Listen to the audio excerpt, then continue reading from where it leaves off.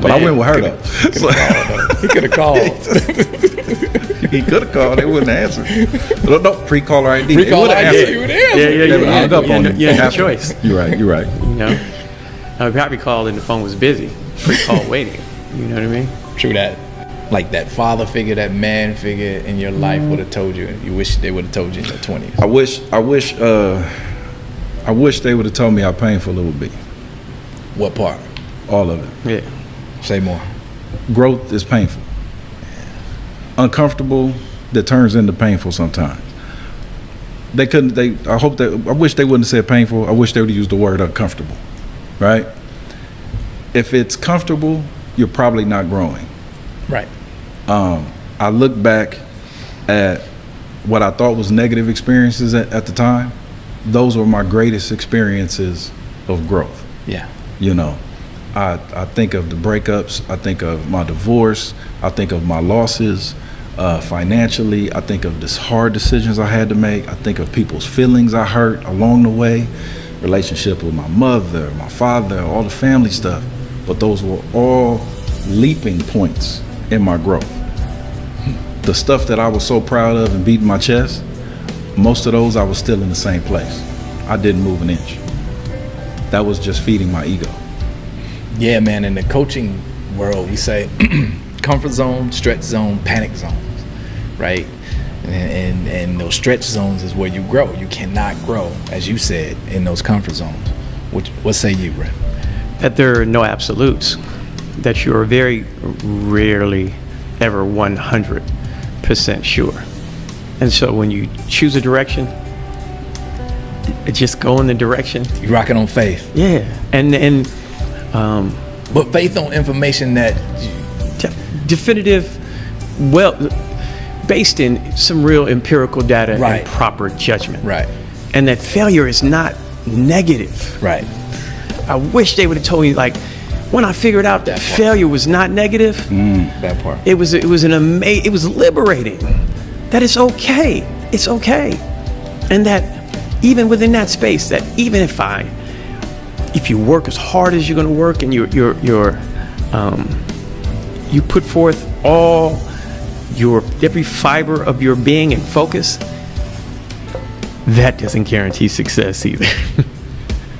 You know what I mean? Because you're told that if you put together a certain group of principles and go a certain way, you will succeed. No, sir.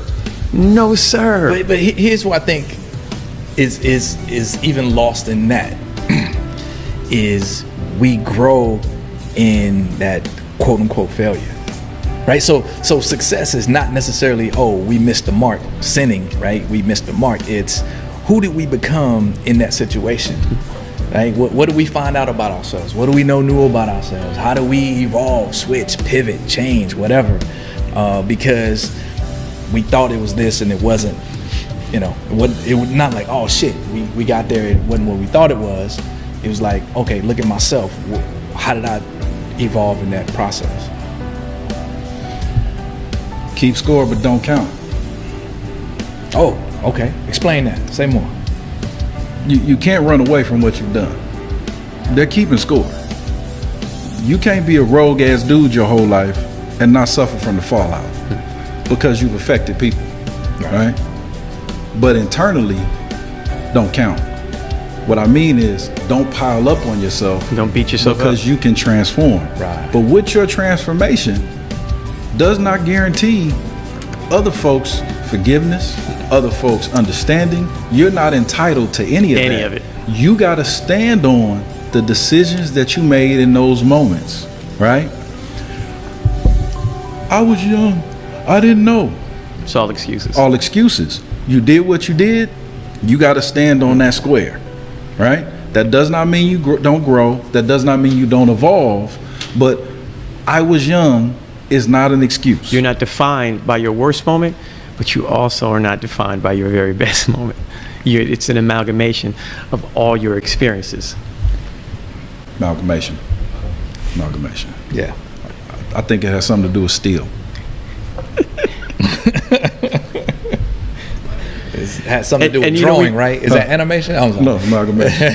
We do that too often too, though. That was an album name for Outkast that didn't make it.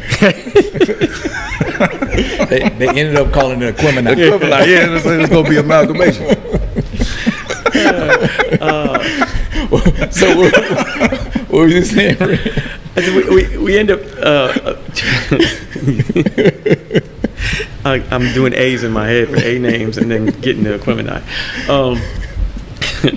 We end up sitting in certain spaces too long. We end up celebrating our victories far too up and beating our chest too much. And then there's other times in whatever phase, whatever we're going through emotionally in life, we end up tearing ourselves down far too much and destroying, our own self-esteem. If you have a self-awareness, because we know some people that don't have self-awareness and they're just not capable of being self-critical.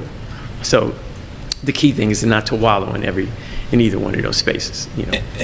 And there are real examples of that, right? I have a guy, a buddy, a client. He climbed Mount Kilimanjaro, right? The last night of that climb, he said they started like in the middle of the morning. So by the time they got to the peak, the sun would be rising. Like, beautiful sight. The thing is, you can't hold that too long. If you stay at the peak too long before you start descending, it fucks everything up. Yeah. Right? So if you celebrate too much, you destroy your descent. You destroy your descent. Yeah. So that's a great point. Yeah. That's a great analogy. That was beautiful. That was beautiful. It touched my heart. But that wasn't mine. That was his. I know. What I'm saying is, it touched my heart. It's just wow. I wanted to hug you. I told my son this once. I was like, you got to get to fucking up and not fucking down. Go ahead, explain. Unpack that. Because he was talking about learning from your failures. Mm-hmm. Most of the greatest failures, they come from trying. They come from fucking up. Yeah. How many times, man, do you think that in the making of Microsoft, how many times was that computer fucked up? How many ideas in Apple? How many times fucking up in the plans? Take it back to George Washington Carver working with them peanuts. How many times you think he